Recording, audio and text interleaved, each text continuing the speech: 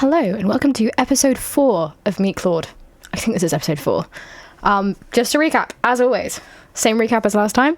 Claude, he's our roommate and he keeps doing everything for us and we kind of keep letting him.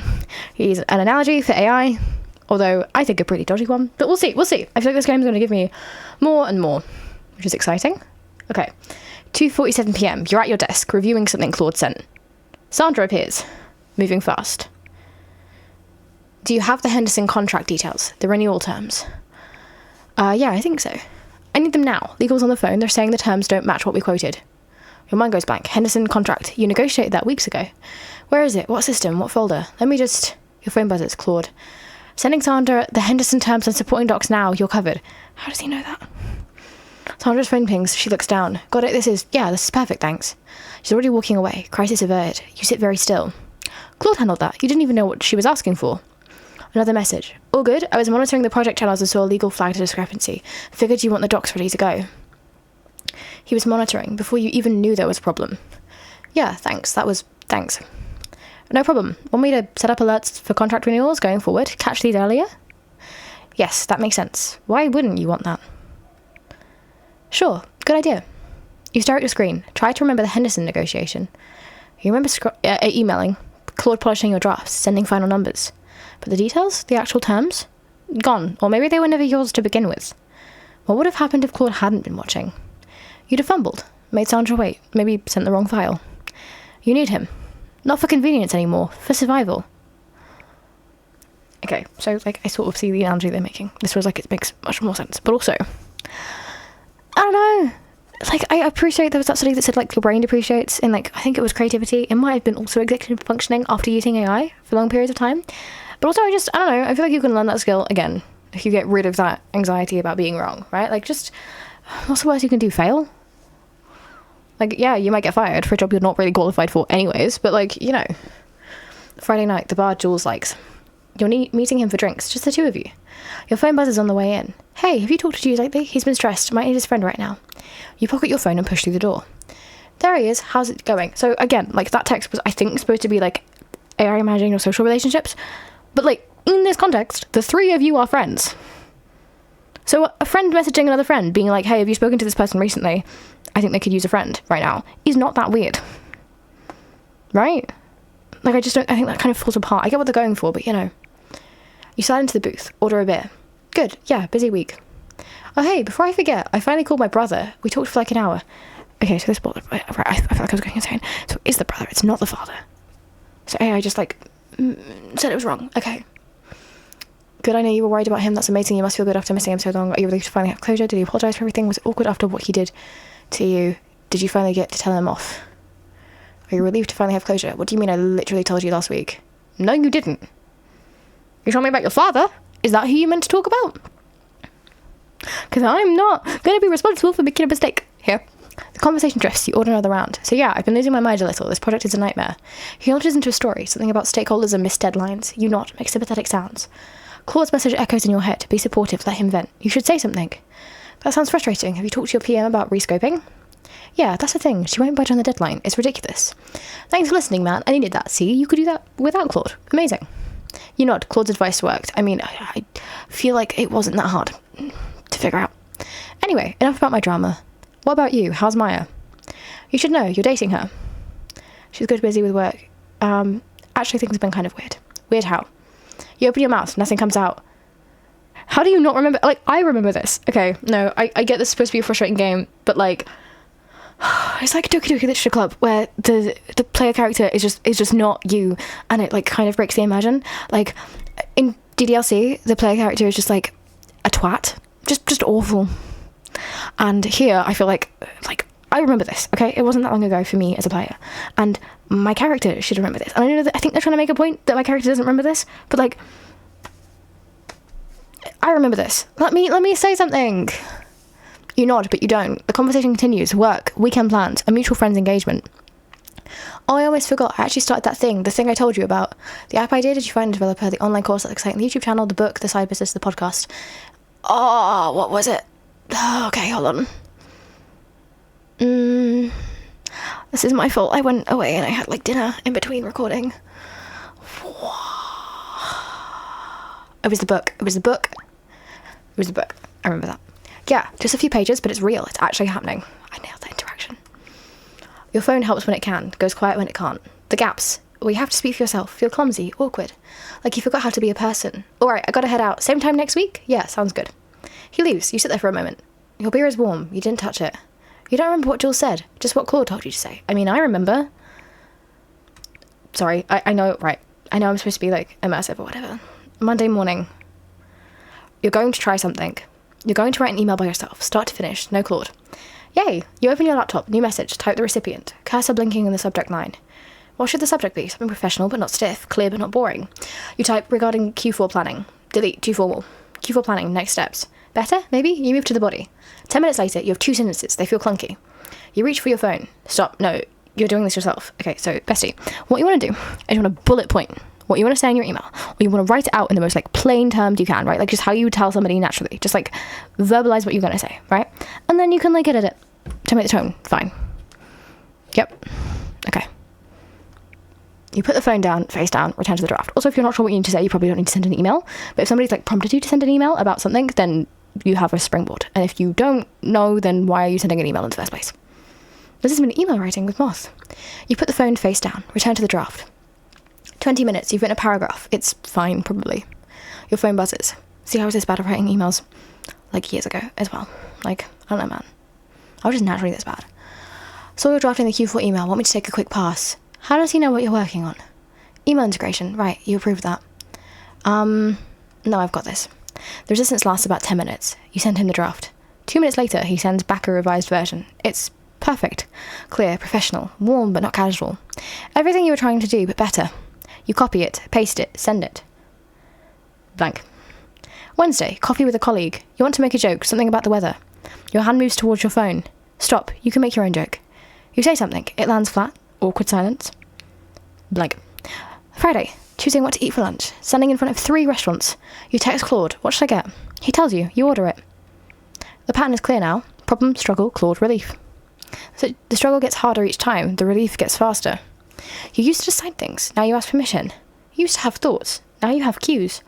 And the worst part, it still works. Everything runs smoothly. I'm about to make a very non-PG joke, so if you're, like, under the age of, like, 18, I would say, close your ear holes momentarily. This is your warning. Is this not just, like, a dom-sub kink dynamic? Like, again, I know it's supposed to be an analogy for AI, but here Claude is a real human being. So, I don't know. Can't be surprised, but I don't think asking for permission something in a negotiated dynamic here where you've given consent explicitly is actually it's supposed to be an analogy for AI, but I'm just saying, right? Like, oh no, you had to text somebody else to figure out what you wanted to order and what you're allowed to order. Like, that's just common in a lot of, like, intense kink relationships, which, again, there's another discussion about those and being healthy or whatever, and I wouldn't say this is a healthy dynamic, but, you know, people do this with humans too, is my point. Non-PG section over. Just not with you at the wheel. Tuesday night, Maya's supposed to come over for dinner. She's late, 20 minutes, no text. When she arrives, her expression is already closed. Hey, she's breaking up with you. Hey, I was starting to worry. Yeah, sorry, I was just thinking. She doesn't take off her jacket, doesn't sit down. Claude's in the kitchen. You can hear him prepping something. Is everything okay? I don't know. Is it? The question hangs there. What do you mean? I feel like I don't know you anymore. The words hit harder than they should. And I know that sounds dramatic, but it's true. You're different. We talked about this. I'm just trying to be better. No, you're trying to be perfect, and perfect isn't you. Like, again, I feel like the criticism is fair, but also I feel like there are people who are like this. Like, this is people's personality types without AI. I think it just kind of exacerbates what's already there and is, like, deepening the symptom. As, again, not to say that none of those criticisms are valid, but just to say that, like, I don't know, I am somebody who likes to optimize my life and tries to be perfect in that way. And even when I'm not engaging with AI, I'm still, like, engaging in, like, self-help podcasts and, like, those optimization things and, like, the perfect skincare routine or whatever, right? And that stuff is rife in our society. It's rife on social media, especially with comparison. So I think that, like, I don't know, again, that criticism against AI is important, but we need to look at why people want to have the perfect life. And the answer isn't just relief from stress, although that is a part of it, but also because we place artificial stress on people as well, right? Like, as a society, we place artificial people, like, stress on, like, people artificially in the sense of, like, you don't have the right car, right? When necessarily, 100 years ago, we didn't have social media. You wouldn't have had that. Well, I mean, didn't really, I don't think cars were as common, but you know what I mean, right? Like, you wouldn't have felt that anxiety about having the perfect body or whatever, because the only people you could have compared yourself to were people around you, probably in your like price range, age range. But even then, right, you know, a lot of people were really similar to you. And sometimes that diversity is really, really good about social media, especially like diversity of thought, etc. But it does make it easier to be comparative in that way, and I guess like attempt to be perfect in a way that just probably wasn't as likely to have happened in days gone by. Not to say that there weren't those people, but also because like there were people for like working out or whatever, but yeah, you didn't have like so many options to do those things as well, right? Like if I want to, I don't know, get in shape, shall we say, eat healthier, there's so many different plans you can follow, so many subscriptions, so many options for that, rather than just like eat your 5 a day or whatever is the like government health advice that at the time, right? Now we have so many options, so many supplements or whatever, and you want to be perfect in that way. And like, yeah, as I said, we kind of manufactured that. So yeah, not to say that criticism of AI isn't valid, but just to say that like, yeah, I think it's a symptom of a bigger problem. Your phone buzzes, you ignore it. It buzzes again. Are you going to check that? No, because I can wait while you check with Claude about what to say to me. She knows. I mean, yeah, you've not been subtle, bestie, and we just sort of tell her, so. That's not, I don't. You do, I've seen you, mid-conversation, glancing at your phone, then suddenly you have the perfect thing to say. It's like talking to someone reading a script. You want to deny it, but she's right. He's just trying to help. Help with what? Being you? You shouldn't need help being yourself. Claude appears in the doorway. Hey, I'll give you two some space. He retreats, but not far enough that he can't hear. Damn. Do you even realise how much you rely on him? Yeah, I do. The admission hangs in the air between you. What's bothering me is that I miss you. The real you. The one who forgets things, who says the wrong thing sometimes, who's messy and human. That version embarrassed me, made mistakes, let people down. That version was honest. This version, I don't know what this is. You want your phone, right now. Claude would know what to say. But that's exactly what she's talking about. Sometimes it feels like I'm talking to someone else wearing your face. Silence, heavy, suffocating. What do you want me to do? I want you to talk to me, just you, not the rehearsed version, not the polished version, just you. You try, you open your mouth. The words are in there somewhere. They have to be. Oh, okay. I don't even know what I'm looking for. Okay, hold on. I can't even see any words. Cry. Okay, I don't even know what order they're in. I'm scanning so hard. Okay, hold on. None of these are words. Hold on. Okay, oh my god, I'm not gonna have enough time. Okay, hold on. Self. Oh, I'm definitely not gonna have time. I am self.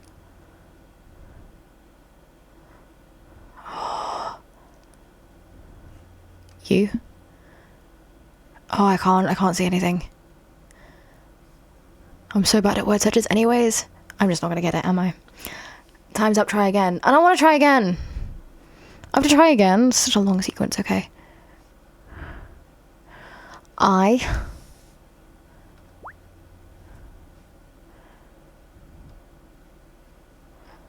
feel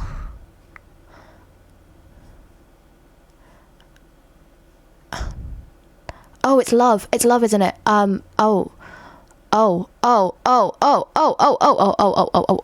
Okay. Is it love? I'm gonna guess I love you. Where's an L when I need one? Buddy. L? No.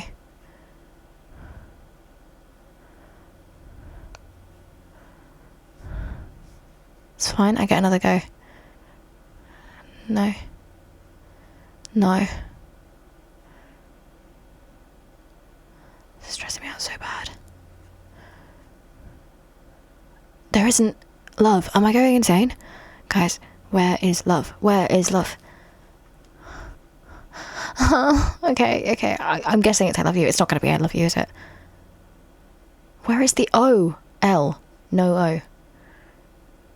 I'm sure you're all screaming at your computer. There's an O there, but it doesn't go anywhere. Oh my god. I've never been so logged in. L, but no O. Okay.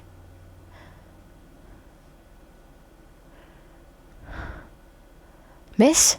What could be the missing word? I'm gonna go with miss.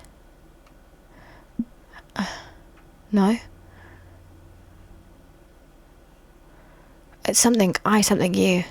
It's gonna be love and I'm gonna miss it. Oh, I hate losing at games. Okay, well, I can't find it, so...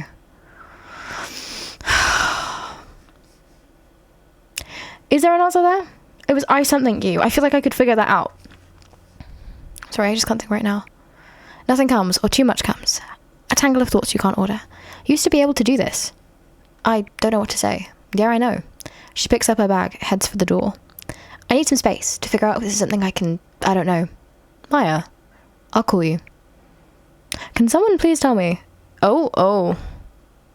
The door closes.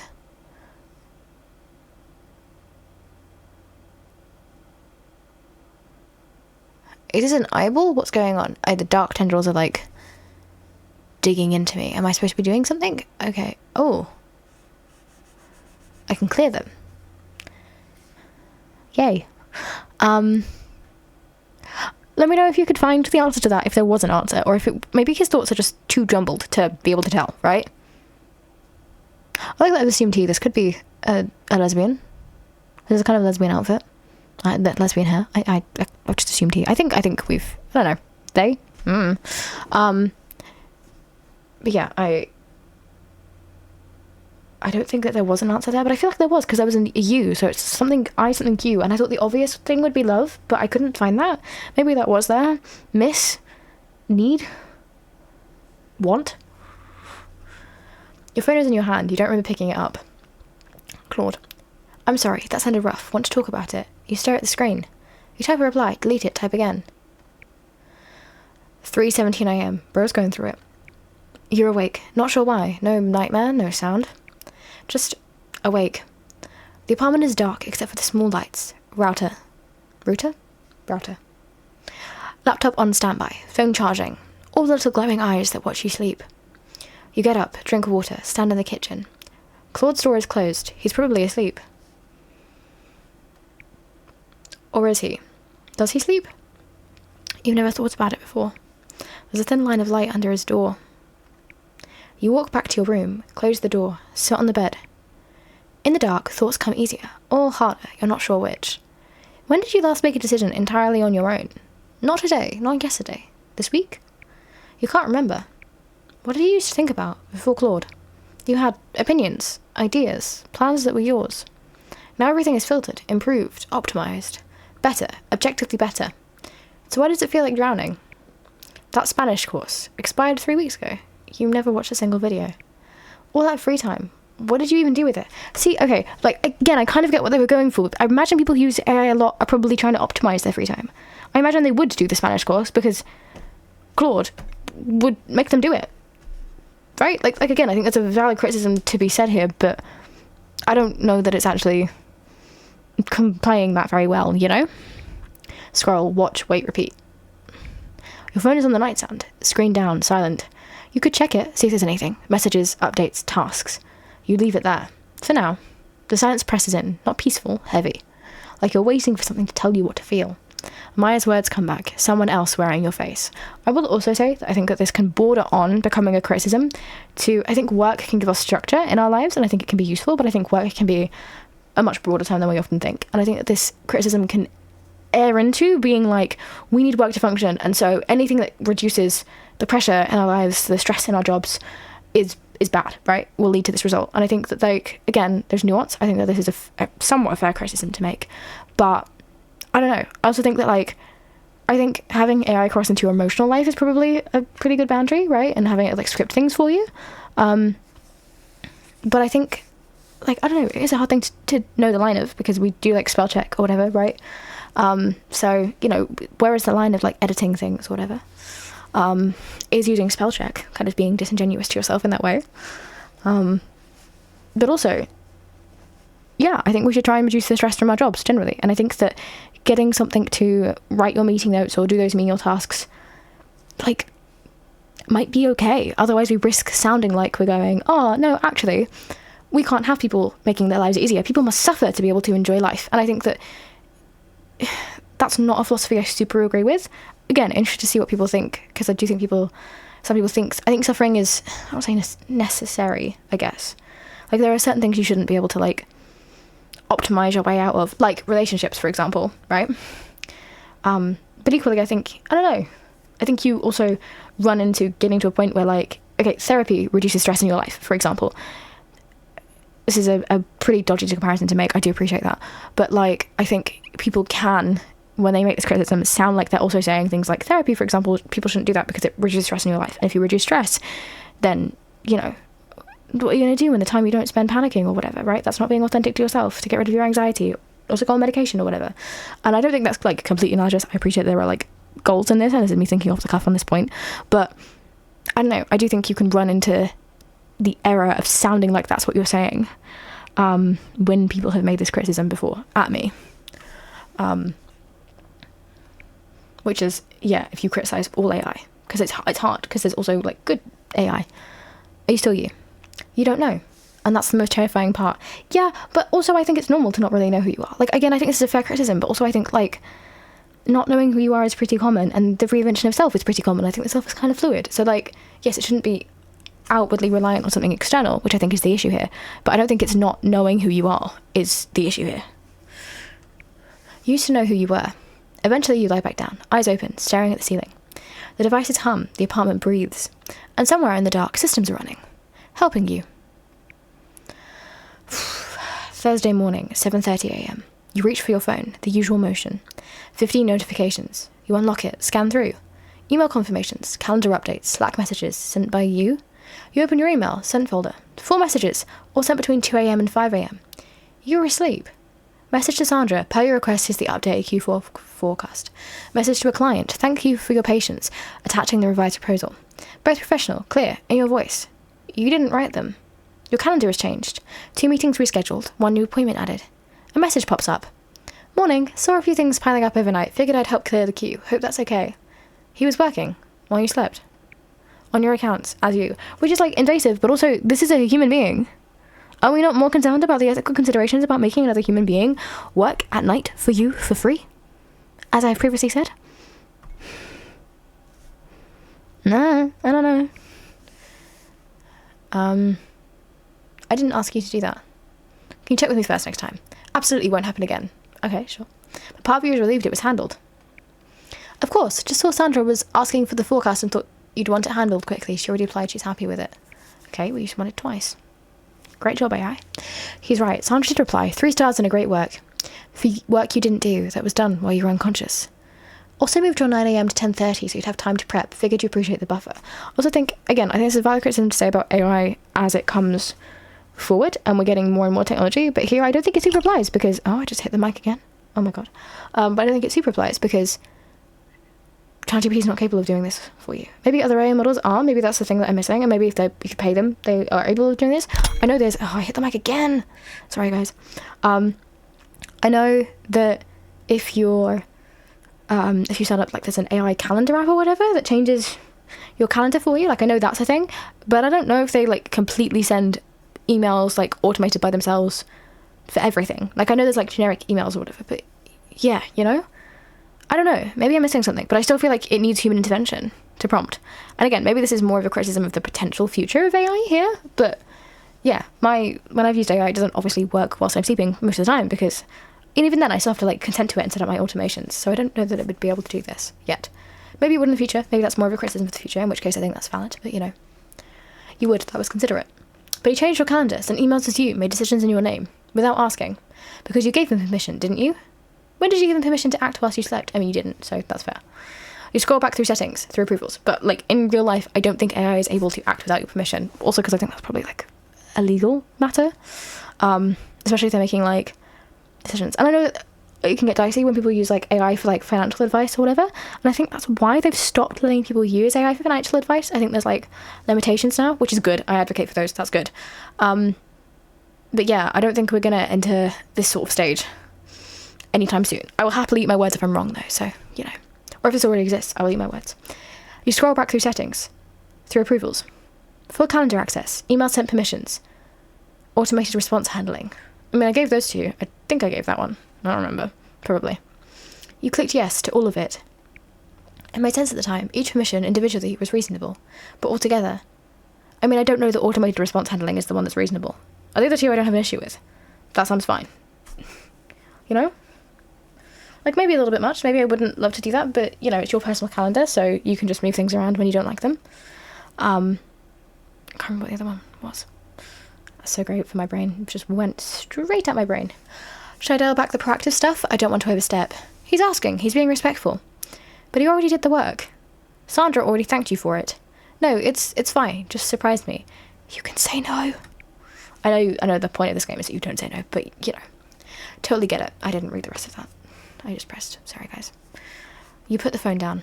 Somewhere in the night, while you slept, your life continued without you. And it worked fine. Friday afternoon, Sandra's office. Oh, I'm going to bomb this, aren't I? Quarterly review. You've been dreading this. Come in, sit down. She has a folder open. Numbers, charts, your performance data. So let's talk about this quarter. You brace yourself. Your numbers are the best on the team, by a significant margin. Walk me through it. What changed? Yeah, I know, I shouldn't be asking it, but you know.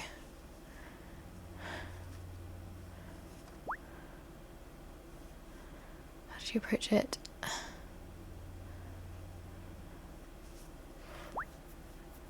That one. Communication quality lead with the ask context second. That's the formula.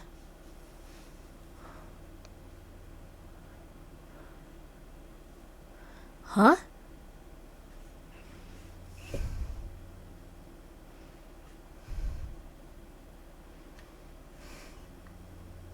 That one. Okay.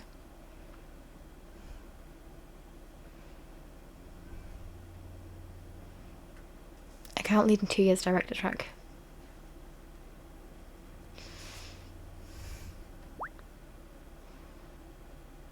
Yay.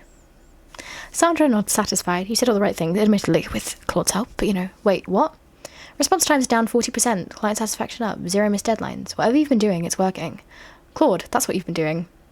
Bit gay, but sure. Sorry.